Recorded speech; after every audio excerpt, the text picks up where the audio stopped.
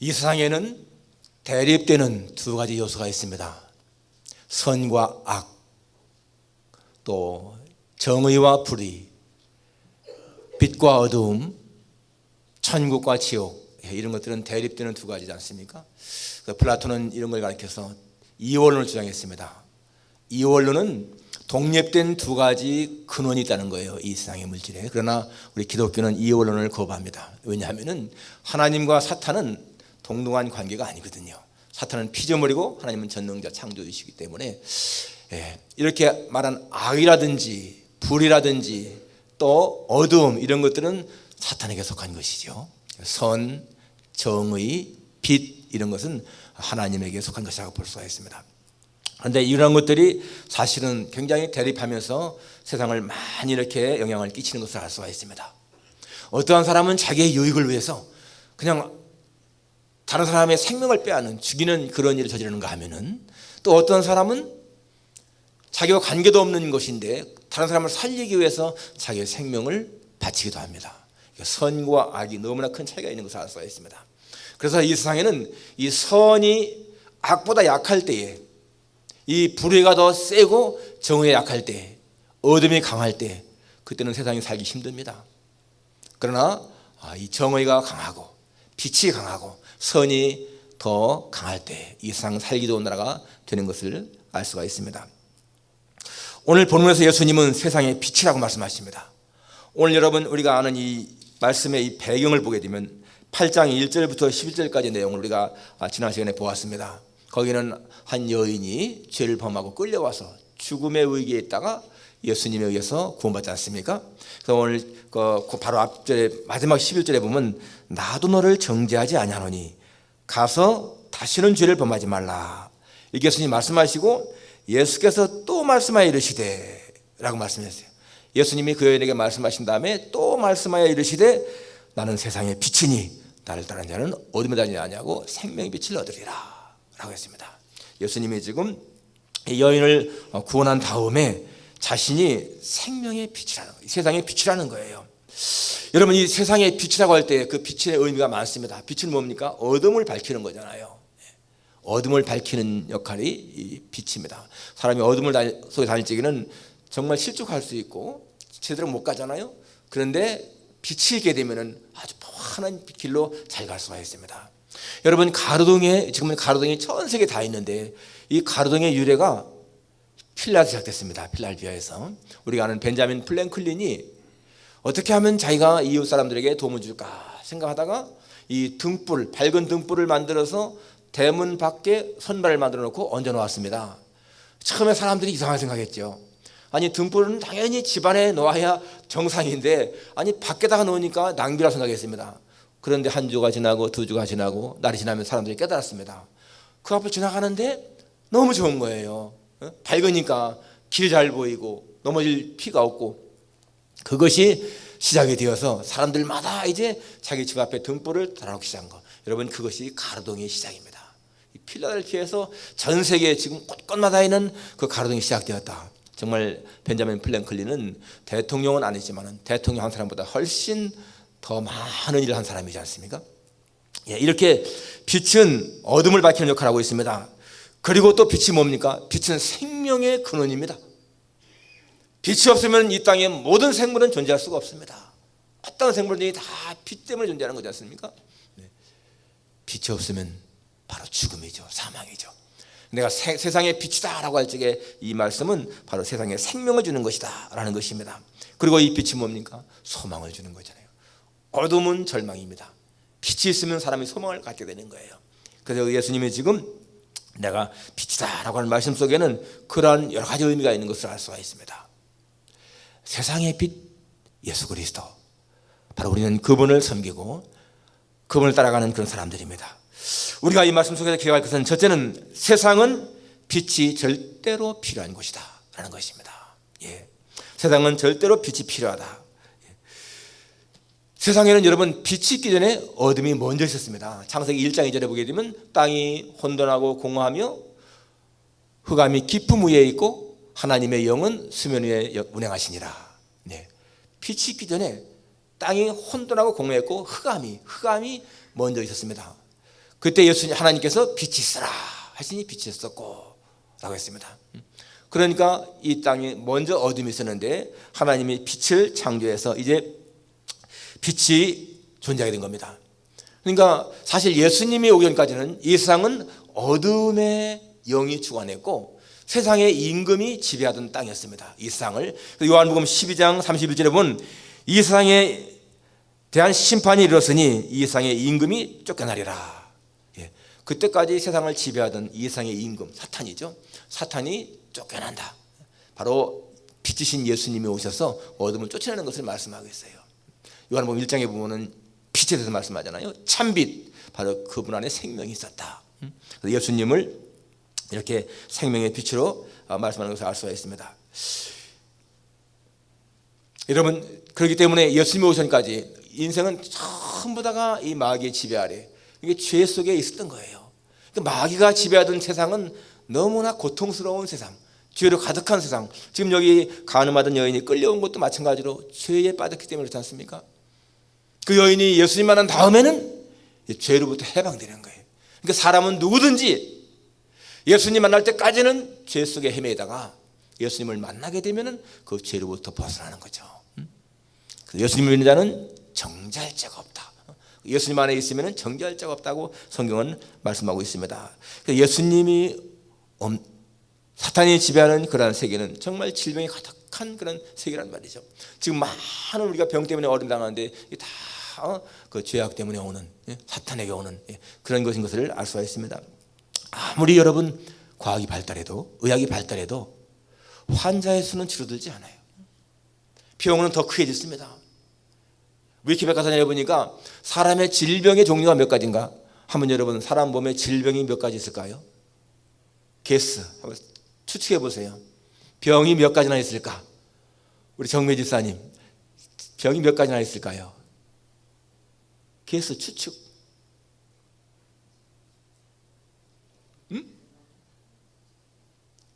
우리 이성희 집사님은 12,000. 예, 그래도 흡사합니다. 예. 여러분 위키백과사전 들어가 보세요. 질병의 숫자가 3만 정도라고 나옵니다. 3만 정도. 어디 보면 뭐 24,000이라고 나오기도 하는데, 여튼간에 위키백과에 보니까 3만여 종이 있다. 여러분 이 장한 몸뚱아리에 어쩌면 질병의 종류가 그렇게 많습니까? 3만 가지나. 그런데 성경에 보니까 예수님이 우리의 모든 질병을 짊어지셨다 라고 말씀했어요. 우리는 한두 가지, 10가지, 많아야 20가지 병이 있겠지만은 인간의 모든 질병을 다 짊어지신 예수님에게는 여러분 그 3만 가지의 질병이 예수님에게 다 쏟아진 거 아니겠어요? 그분이 질고를 지심으로 우리가 나음을 얻었다 라고 했습니다. 그렇게 이 세상에는 질병이 많습니다. 그리고 걱정, 근심, 두려움, 불안, 염려, 공포, 전부 다가 뭐예요? 어둠의 세력, 악의 세력 때문에 오는 거 아니겠습니까? 바로 그러한 세상에 하나님이 독생자를 보냈다. 하나님이 세상을 이처럼 사랑하사 독생자를 주셨으니 이는 저를 믿는 자마다 멸망하지 않고 영생을 얻게 하려 하십니다. 여러분 그 말씀 속에는 정말 진정한 소망이 있는 거예요. 하나님, 사랑, 독생자, 믿음, 영생. 죄로 인해서 사탄의 세력 때문에 세상이 다 그렇게 어둠 속에 있고 망하게 되는 그러한 세상에 하나님이 독생자를 주셔서 그 독생자를 믿는 자마다 멸망치 않고 영생 얻는다. 영생의 길이 있다는 거. 여러분 이것이 얼마나 소중한 일입니까? 그렇기 때문에 이 세상에는 반드시 빛이신 예수님이 계시한다. 여러분 이것이 얼마나 큰 소망입니까? 오늘 바로 이 여인도 죽음의 문턱에서 빛이신 예수님 만났기 때문에 살았잖아요. 이 간음하다가 현장에 붙잡힌 여인, 달리 살 길이 없었는데 예수님 앞에 끌려온 것이 소망 아닙니까? 그러니까 사람은요, 누구든지 억지로라도 예수님 앞에 끌려오는 사람은 진짜 복이 있는 사람인 거예요. 여러분이 아마 많은 분들이 한국에서 계속 살았으면 교회 안 나올 분들 많았을 겁니다. 하나님은 여러분들을 이 미국에 끌어오셔서 예수님 믿게 하시는 거, 이게 복이잖아요. 정말 하나님의 때가 되어서 믿는 것이지만 이게 얼마나 감사한 것입니까? 그 여인에게 예수님은 생명의 빛이었고 소망의 빛이었습니다. 사울 청년 보십시오. 예수 믿는 사람들을 잡으려고 다메섹에 가는 그런 길이었는데 갑자기 빛이 비치면서 눈을 멀게 되고 예수님 만나지 않습니까? 여러분, 스데반을 죽일 때에 앞장선 사람이 누구예요? 사울 아닙니까? 스데반을 죽일 적에 그렇게 앞장선 사람이었는데, 그런 사람이 예수님 만나서 기독교 역사의 최고의 사도가 될 것을 누가 상상이나 했겠습니까? 그 당시에 다메섹에 살던 아나니아라고 하는 그 하나님의 종에게 예수님께서 나타나셔서 말씀하잖아요. 그 사울 찾아가서 안수해서 눈을 뜨게 하라 할 적에 그 아나니아가, 내가 이 사람에 대해서 들은 소문에 의하면 이 사람은 정말 예수님의 사람들을 많이 박해한 사람인데 하면서 두려워할 적에 가라. 내가 그에게 그가 얼마나 내 이름을 위해서 고작 핍박을 받을 것인가를 보이겠다. 하나님이 택했다 그 말입니다. 그렇게 예수 믿는 사람을 박해하던 사울 청년도 그리스도의 빛을 받게 되니까 편하잖아요. 그러니까 우리가 저 사람은 예수 못 믿겠다 할 사람이 없다는 것입니다. 아무리 악한 사람, 강팍한 사람도 정말 예수님의 빛이 비추게 되면은 모두가 다 예수님 앞에 회개하고 돌아오는 역사가 있다는 것입니다. 그렇기 때문에 우리는 끊임없이 사람들에게 전도를 해야 한다는 거예요. 전도. 그래서 여러분, 어둠 속에 있는 사람들이 이 빛을 받게 되면은 어떻습니까? 마음에 평안함이 있죠. 어둠이 사라지기 때문에. 빛은 평안과 안식을 주는 것입니다. 성경에 보니까 너희 염려를 다 주께 맡겨라. 이는 그가 너를 권고하심이라 라고 말씀했습니다. 아무것도 염려하지 말고 오직 모든 일에 기도와 간구로 너희 구할 것을 감사함으로 하나님께 아뢰라. 그리하면 모든 지각에 뛰어난 하나님의 평강이, 여기 평강이 참 중요하죠. 하나님의 평강이 그리스도 예수 안에서 너희 마음과 생각을 지키시리라. 그게 하나님의 빛이 비추면은 우리 마음에 있는 근심, 걱정, 두려움이 사라진다는 겁니다. 여러분, 우리가 살아가는 동안에 얼마나 많은 그러한 마음에 두려움이 있고 떨림이 있습니까? 사람마다 다 근심, 걱정이 있지 않습니까? 다윗 생애를 보게 되면 다윗은 정말 많은 걱정, 근심이 있었어요. 두려움이 있었습니다. 그런데 여러분, 그가 시편 27편에서 고백하는 거 보십시오. 여호와 나의 빛이시며 나의 구원이시니 내가 누구를 두려워하리요? 여호와 내 생명의 구원이시니 내가 누구를 무서워하리요? 정말 멋있는 고백이에요. 하나님이 나의 빛이고 하나님이 나의 구원이시기 때문에 내가 누구를 두려워하겠느냐? 하나님이 내 생명의 능력이신데 내가 누구를 무서워하겠느냐? 정말 담대한 믿음이죠. 하나님을 빛으로, 구원으로, 그분을 능력으로 믿는 사람은 두려움 이길 수가 있고 무서움 이길 수가 있다는 거예요. 여러분, 두려움과 무서움이 없는 것이 아닙니다. 다윗을 막 짓누르고 압박했지만은 그러나 그런 가운데서 하나님을 의지하기 때문에 이겨나갈 수가 있다는 것이 고백입니다. 우리가 평안하기 때문에 두려움은 모르고, 그런 것보다 여러분, 많은 두려움이 있는데도 극복해 나가는 것, 그게 신앙인의 모습이거든요. 여러분에게 평안만 있다면 저것도 감사해야 됩니다. 하나님 주신 평안이니까. 그러나 여러분, 어떤 어려움이 있을 적에 그 어려움이 있다 할지라도 그것을 이겨나갈 수 있는 거 중요한 것입니다. 우리가 하나님을 빛으로, 구원으로, 능력으로 의지할 때에 우리는 그것을 이겨나갈 수가 있다는 것입니다. 절대로 필요한 빛, 바로 이 세상에는 어둠의 세력이 있기 때문에 빛이 필요하다. 두 번째로, 빛 속을 걸어가면은 평안함과 기쁨이 있다라는 것입니다. 예수님과 동행하는 삶 속에는 여러분, 평안함과 기쁨이 있습니다. 오늘 여기 예수님이 지금 사람들에게 말씀하는데 사람들은 깨닫지 못하는 거예요. 그래서 예수님이 하는 증거에 대해서 내가 너를 증거하니까 증거가 참되지 않다. 그런데 예수님 말씀은 내가 나를 위해서 증거해도 내 증거가 참되다. 내가 혼자 있는 것이 아니라 아버지가 나와 함께 하신다. 그렇게 지금 말씀하고 있어요. 내가 나를 위해 증언하는 자가 되고 나를 보내신 아버지도 나를 위해 증언하시느니라. 바로 하나님도 예수님을 증언하신다 라고 말씀하고 있습니다. 바로 우리가 이렇게 주님과 같이 걸어가면 우리의 삶에는 평안함이 있다. 왜 그런가요? 여러분, 빛은 치료하는 능력이 있어요. 빛은 치료의 힘이 있습니다. 이 살균 작용이 있지 않습니까? 그러니까 태양광선에다가 이렇게 뭘 넣어놓으면 그 속에는 균이 다 죽잖아요. 사람 몸에는 이 균이 많은데 그 균이 일단 밖으로 나와서 빛을 보게 되면 다 죽습니다. 그게 빛의 능력인 거예요. 말라기 4장에도 보니까 하나님의 이름을 경외하는 자에게는 의로운 해가 떠올라서 치료하는 광선을 바란다 라고 했습니다. 하나님을 경외하는 자에게는 의로운 해, 누굽니까? 예수님이죠. 의로운 해가 떠올라서 치료하는 광선을 바란다. 그렇기 때문에 송아지같이 기뻐뛴다 라고 했습니다. 치료하는 능력이 있다는 거예요. 예수님의 빛을 받게 되면 여러분, 마음이 상한 사람들이 그 상한 것이 치료받습니다. 정말 주님을 의지하는 사람에게는 외로움도 치유가 되고요, 슬픔도 치유가 되고. 지난같이 우리 어머니를 일찍 보내신 우리 집사님, 또 장로님, 이런 분들 어머니를 잃었지만은 그러한 슬픔 참 크지만은 그러나 주님의 빛이 내 마음속에 비치게 되면은 그런 슬픔을 이겨나갈 수가 있다는 거예요. 두려워하지 말라, 내가 너와 함께한다. 먼 훗날 다시 만날 소망이 있다. 그런 말씀이 우리에게 힘을 주고 위로가 되지 않습니까? 치료하는 광선을 바란다는 것입니다. 그래서 여러분, 예수님 만난 많은 사람들이 고침받잖아요. 38년 된 병자도 예수님 앞에 와서 고침받고, 나병 환자도 주님 앞에 와서 주님 원하시면 나를 깨끗게 하실 수 있습니다 라고 할 때에 주님이 내가 원하는 깨끗한 받아라 라고 나음 받고, 12년 동안 혈류병 때문에 앓던 이 여인, 예수님의 옷자락에 손만 대어도 낫겠다라고 하는 믿음 가지고 대술적에 그 병이 떠나가고. 그게 뭡니까? 예수님에게서 치료하는 빛이 나타나는 거예요. 예수님이 누가 내 손을 내었느냐라고 할 적에 제자들은 사람들이 막 밀치니까 그렇습니다 라고 했지만은 내 능력이 내게서 나갔다. 그게 뭐예요? 주님의 치료의 능력, 빛이 나갔다는 것을 주님이 느꼈습니다. 그건 치료받은 거 아니겠습니까? 예.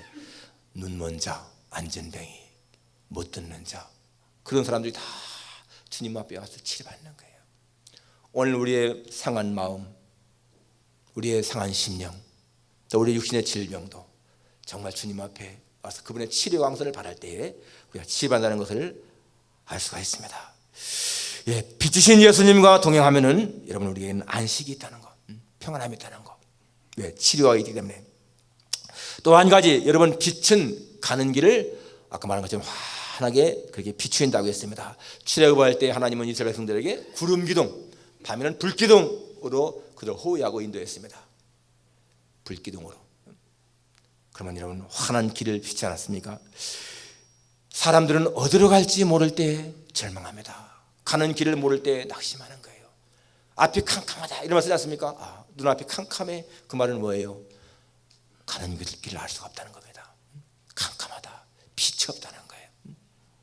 그러나 여러분, 정말 우리의 가는 길을 주님이 비추기 때문에 우리는 가는 길을 알잖아요. 예수님 말씀에 내가 곧 길이요 진리요 생명이니 나를 말미암지 않고는 아버지께로 올 자가 없다. 여러분, 우리의 가는 궁극적인 목적이 어디예요? 하나님께 가는 거잖아요. 하나님께. 그런데 예수님으로 말미암지 않고는 아버지께로 올 자가 없다. 즉 예수님이 아니면은 우리가 가는 길이 막힐 수밖에 없다는 거예요. 그러나 예수님을 따라가게 되면은 바로 우리는 하나님에게로 곧장 갈 수가 있다. 내가 곧 길이요 진리요 생명이다. 그렇습니다. 여러분, 예수님 우리가 걸어가야 할 길인 것입니다. 이 세상에 무수한 사람들이 왜 방황하고 낙심하는가? 자기의 가는 길을 알지 못하기 때문에. 사람이라면 여러분, 반드시 알아야 할 것이 내가 어디에서 와서 무엇에 살다가 내가 어디로 가는가, 그거 알아야 되는 거잖아요. 그런데 그거 알지 못하게 되면 어떻습니까? 마음이 방황할 수밖에 없는 겁니다. 내가 어디서 와서 왜 살다가 어디로 가는가, 이거 깨닫게 되면은 여러분 1년을 살아도요 그 사람은 만족한 삶을 사는 것이고, 그거 깨닫지 못하면은 100년을 살아도 헛사는 겁니다. 사람들은 죽음의 자리에서 후회하잖아요. 내가 헛살았구나, 그러지 않습니까? 그러나 여러분, 가는 길을 분명히 아는 사람은요 죽음의 자리에서 내가 헛살았구나 그렇게 말할 수가 없습니다. 내가 가는 길 아는 사람은 하나님 아버지, 내가 지금까지 정말 행복하게 잘 살았습니다. 내가 주님 나라에 갈 줄을 믿습니다. 이런 사람들은 죽음의 자리에서도 담대할 수가 있는 거예요. 가는 길을 알기 때문에 그렇습니다. 분명히 여러분 기억하십시오. 내가 가는 길이 어딘가, 바로 주님이 빛을 비추면은 내 가는 길을 환하게 비추기 때문에 내가 어둠 속을 헤매는 것이 아니라 밝은 빛으로 가기 때문에 내가 가는 길을 분명히 안다. 바로 생명의 빛, 세상의 빛, 바로 예수님은 그런 어둠을 비추는 빛이라는 것입니다. 마지막 또 한 가지 이 빛을 걸어가면 왜 평안함과 기쁨이 있는 것인가? 여러분, 어둠은 절망이고요, 빛은 소망입니다. 사람의 마음을 무너지게 하는 것이 무엇인가? 절망이에요, 절망. 그래서 어느 철학자는 절망이 뭐라고 했습니까? 죽음에 이르는 병이다. 절망하면 죽을 수밖에 없거든요. 여러분, 자살하는 사람들은 절망 때문에 자살합니다. 더 이상 살 소망이 없는 거예요. 그러나 아무리 힘들어도 소망이 있는 사람은 절대 자살하지 않습니다. 소망이 있으면. 소망은 살리는 능력이 있다는 것을 알 수가 있습니다. 로마서 15장 13절에 보니까 소망의 하나님이 모든 기쁨과 평강을 믿음 안에서 너희에게 충만케 하사 성령의 능력으로 소망이 넘치게 하시기를 원하노라. 하나님을 소망의 하나님으로 말씀한 거, 이게 얼마나 귀한 말씀입니까? 하나님이 소망이다. 이 소망의 하나님 붙잡는 사람은 절대로 낙심하지 않는다는 것입니다. 그래서 여러분, 하나님 만난 사람들은 절대로 소망을 잃지 않아요. 하나님 안에서 정말 힘든 일을 당할지라도 이겨나갑니다.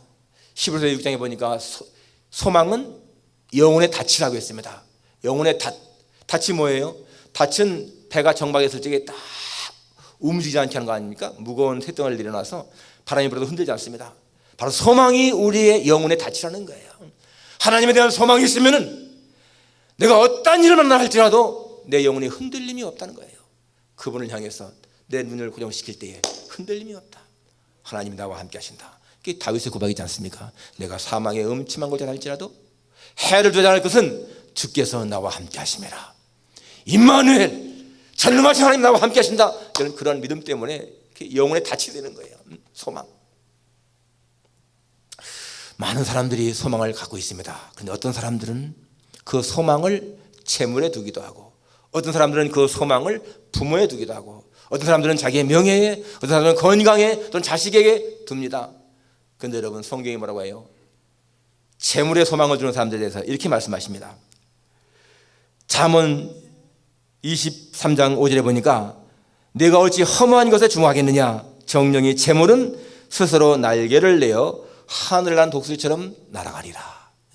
재물을 소망을 두는 사람들은 어느 날 그 재물이 마치 독수리처럼 날아간다는 거예요. 소용이 없다는 것입니다.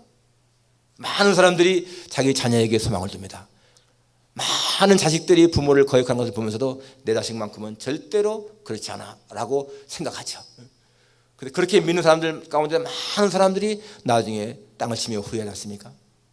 자식은 내가 정말 사랑하고 보살펴야 할 그러한 대상이지, 여러분, 절대로 의지해야 할 대상이 아니에요. 기억해야 됩니다. 자식은 내가 그를 위해서 정말 기도하고 사랑을 베풀어야 할 대상인 것이지, 여러분, 절대로 의지할 대상이 아니라는 거예요. 시편 146편 3절에 보니까 귀인들을 의지하지 말며 도울 힘이 없는 인생을 의지하지 말라. 도울 힘이 없는 인생 의지하지 말라. 사람을 의지할 때 사람은 실망한다는 것입니다. 그러면서 그 다음에 말씀하기를 야곱의 하나님으로 자기의 도움을 삼고 여호와 자기 하나님에게 소망을 두는 자는 복이 있도다 라고 했습니다. 그러니까 자식은 사랑하고 하나님은 의지하세요. 그런데 많은 사람들이 자식을 의지하고 하나님을 멀리해. 그건 잘못된 겁니다. 자식은 끊임없이 사랑을 하고 베풀어주고, 하나님은 절대적으로 의지할 뿐이다. 그런 사람은 절대로 실망하지 않는다는 것입니다. 여러분, 오늘 말씀을 기억하십시다. 세상은 어둠으로 가득 차 있다. 그렇기 때문에 반드시 빛이 필요한데 그 빛이 예수님이다 하는 사실을 우리가 기억해야 되는 것이고, 그리고 이런 세상에 바로 예수님이 빛으로 오셨기 때문에 그분은 어둠을 밝히고 우리에게 생명을 공급하고 우리에게 소망을 주시는 그러한 분이시다. 그래서 세상이 여러분 문제가 많고 괴로움이 많고 그렇지만은 그래도 절망스러운 것만이 아니라 우리는 세상을 살아갈 만한 가치가 있다. 왜? 우리와 동행하시는 주님이 계시기 때문에. 우리가 이 사실을 정말 마음에 새기시면서 주님과 동행할 적에는 기쁨과 평안과 행복이 있다는 것, 우리가 마음에 믿고 나갈 수 있기를 주님의 이름으로 축원합니다. 기도하겠습니다.